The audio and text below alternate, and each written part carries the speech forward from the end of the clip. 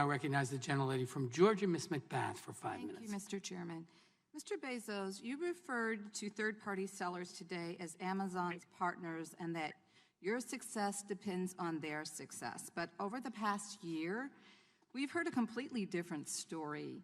As part of this investigation, we've interviewed many small businesses, and they use the words like bullying, fear, and panic to describe their relationship with Amazon. I'm going to share the story of a small business owner who is also a wife and a mother, so you can understand how this is actually affecting the lives of everyday people and why this truly matters. We were a top bookseller on Amazon.com, and we worked day and night very hard towards growing our business and maintaining a 5-star feedback rating. Most importantly, this business feeds a total of 14 people, which includes 3 children and one 90-year-old granny. And as we grew, we were shrinking Amazon's market share in the textbooks category. So now in retaliation, Amazon started restricting us from selling. They started with a few titles in early 2019, and within 6 months, Amazon systematically blocked us from selling the full textbook category. We haven't sold a single book from the past 10 months or probably more. We were never given a reason. Amazon didn't even provide us with a notice as to why we were being restricted. There was no warning. There was no plan. So, Mr. Bezos, after Amazon delisted the small business without any apparent reason or notice, she told us that they sent more than 500 separate communications to Amazon, including to you, Mr. Bezos, over the past year. There was not a single meaningful response. Do you think this is an acceptable way to treat someone that you described as both a partner and a customer? No, Congresswoman, and I appreciate you showing me that anecdote, and I would like to talk to her. It does not at all to me seem like the right way to treat her, and I'm surprised by that. And it's not the systematic approach that we take, I can assure you. I don't even understand what's going on in that anecdote, because we would love for third-party sellers to sell books on the website. So I don't understand it, but I would like to understand it better. And with your permission, I would like to get in touch with your office. I think, though, that you're missing the point. This is not just about one business. You know, I'm concerned that this is a pattern of behavior, and basically this pattern of behavior has to change. Mr. Bezos, my question is simply, are you willing to make sure going forward that, you know, the numerous sellers that we've talked to, they have problems just like this? And there are more sellers who have told us that they've exhausted all of their options before finally reaching out to you directly as a last resort, but they're still waiting for your response. So what do you have to say to the small businesses who are talking to Congress because you simply won't listen to them? Well, I say that's not acceptable. If we aren't listening to you, I'm not happy about that at all. But I would, you know, if you allow me to disagree a little bit with a piece of this, I do not think that's systematically what's going on. And the evidence that I would suggest would be useful for you to consider in that regard is that third-party sellers in aggregate are doing extremely well on Amazon. They grew from, 20 years ago it was 0, and today it's 60% of sales. Third-party sellers are growing even faster than first-party retail. Mr. Bezos, thank you so much. You said that sellers have many other attractive options to reach customers, but that's not at all what we found in our investigation. According to eMarketer, a source Amazon cited in submissions to this committee, Amazon has nearly 7 times the market share of its closest e-commerce competitor. One seller told us that, and I quote, Amazon continues to be the only show in town. No matter how angry sellers get, they have nowhere else to go. So are you saying that these people aren't being truthful when they say that Amazon is the only game in town? Yeah, Congresswoman, with great respect, I do disagree with that. I believe that there are a lot of options, and some of them are not even listed on that chart. I just looked at it briefly, but I didn't see some that I know of, for example. So I think there are a lot of things, and it's dynamic. All right, thank you for that. There are more and more every day. My time is short. If Amazon didn't have monopoly power over these sellers, do you think they would choose to stay in a relationship that is characterized by bullying, fear, and panic? With all respect, Congresswoman, I do not accept the premise of your question. That is not how we operate the business. All right. And in fact, we work very hard to Thank provide you for that. fantastic Thank you for tools that. for sellers, and that's why they've been successful. Thank you for that. Mr. Bezos, I'm going to close with giving the bookseller the opportunity to finally be heard by you.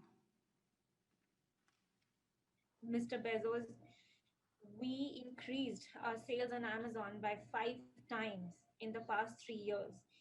And we have contributed that much of proportional seller fees to Amazon. We have contributed that much to your business to 5 times.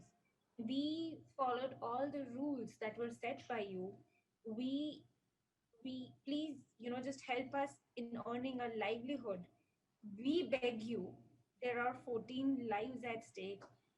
Please, please, please help us get back on track. With that, I yield back the balance of my time. I thank the gentlelady. We've now concluded our first round. I now recognize myself for 5 minutes. Mr. Bezos, according to your testimony, the marketplace is competitive, but Amazon controls as much as 75% of all online marketplace sales. An eMarketer, a source you cited to us in submissions to this committee, reports that Amazon has nearly 7 times the market share of its closest competitor. Isn't it true that small businesses have no real option but to rely on Amazon to connect with customers and make online sales? No, sir. With great respect, I do have a different opinion on that. I believe there are a lot of options for small sellers. I believe Amazon is a great one, and we've worked very hard. I think we are the best one. Well, we Mr. have Bezos, a lot of different programs that help sellers, but we thank are you. not the only option. There are 2.2 million active sellers as of yesterday. About 37% of those sellers rely on Amazon as their sole source of income. That is over 800,000 people relying on Amazon to feed their families, put their kids through school, and keep a roof over their heads. Mr. Bezos, you have referred to third-party sellers as both your partners and customers. But isn't it true that Amazon refers to third-party sellers as internal competitors? I think I wouldn't surprise me. In some ways, we are competing, and they're also competing with each other. Well, that's right. Your The own marketplace documents, does allow that. Mr. Bezos, Amazon's own documents that you produce refer to the very same sellers that you've described as Amazon partners as internal competitors. In fact, we've heard from third-party sellers again and again during the course of the investigation that Amazon is the only game in town. One small business owner we interviewed described it this way, and I quote, "We're stuck. We don't have a choice but to sell through Amazon." Another said, and I quote, "They've never been a great partner, but you have to work with them."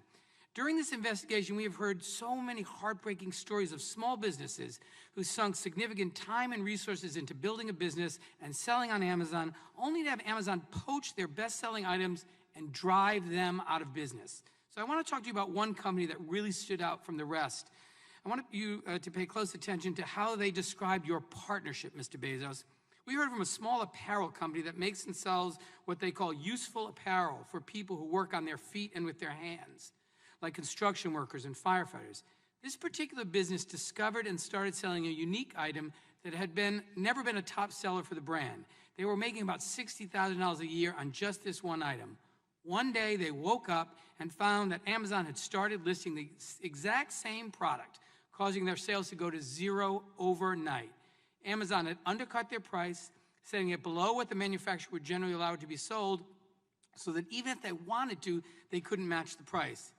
Here's how the apparel company described working with Amazon, and I quote, "Amazon strings you along for a while because it feels so good to get that paycheck every week. And in the past, for lack of a better term, we called it Amazon heroin because you just kept going and you had to get your next fix, your next check. But at the end of the day, you find out that this person who was seemingly benefiting you, making you feel good, was just ultimately going to be your downfall," end quote. So, Mr. Bezos, this is one of your partners. Why on earth would they compare your company to a drug dealer? Sir, I have great respect for you in this committee, but I completely disagree with that characterization. What we have done is create in the store a place. If you go back in time, we sold only our own inventory. It was a very controversial decision inside the company to invite third-party sellers to come into what is really our most valuable retail real estate, our product detail pages. We did that because we were convinced that it would be better for the consumer. It would be better for the Mr. customer Bezos, to have all of this is that selection. And I think we were right, and Yeah. I think it's worked out well for reclaiming the my time. customer, for the Unfortunately, this is third-party one of seller, and for reclaiming myself. my time, Mr. Bezos. This is one of many small companies that have told us during this year-long investigation that they were mistreated, abused, and tossed aside by Amazon. Now, Mr. Bezos, you say that Amazon is only focused on doing what's best for the customer. You just said it again, and that also third-party sellers. But how is that possible when you compete directly with third-party sellers with your own products that undercut the competition? Isn't it an inherent conflict of interest for Amazon to produce and sell products on its platform that compete directly with third-party sellers, particularly when you, Amazon, sets the rules of the game? Thank you. No, I don't believe it is. We have the consumer is the one ultimately making the decisions. They're making the decisions about what to buy, what price to buy it at, who to buy it from. And what we try to do is make it That's not the question, Mr. Bezos. The question easy is there an inherent conflict of interest because you are a data company? You know when customers put something in their cart, when they take it out. Traditional brick and mortar stores like a grocery store where competition occurs don't have that. And so I just want to follow up finally on an answer to the question that you gave to Congressman Jayapal. You said that you can't guarantee that the policy of not sharing third-party sellers' data with Amazon's own line hasn't been violated. You couldn't be certain. Can you please explain that to me? Can you list examples of where that policy has been violated?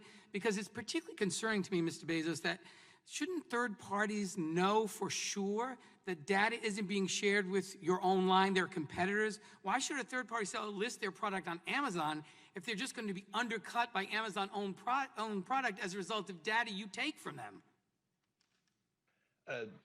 Sir, I think what I want you to understand, and I think it's important to understand, is that we have a policy against using individual seller data to compete with our private label products. You couldn't assure Ms. Jayapal that that policy isn't violated routinely.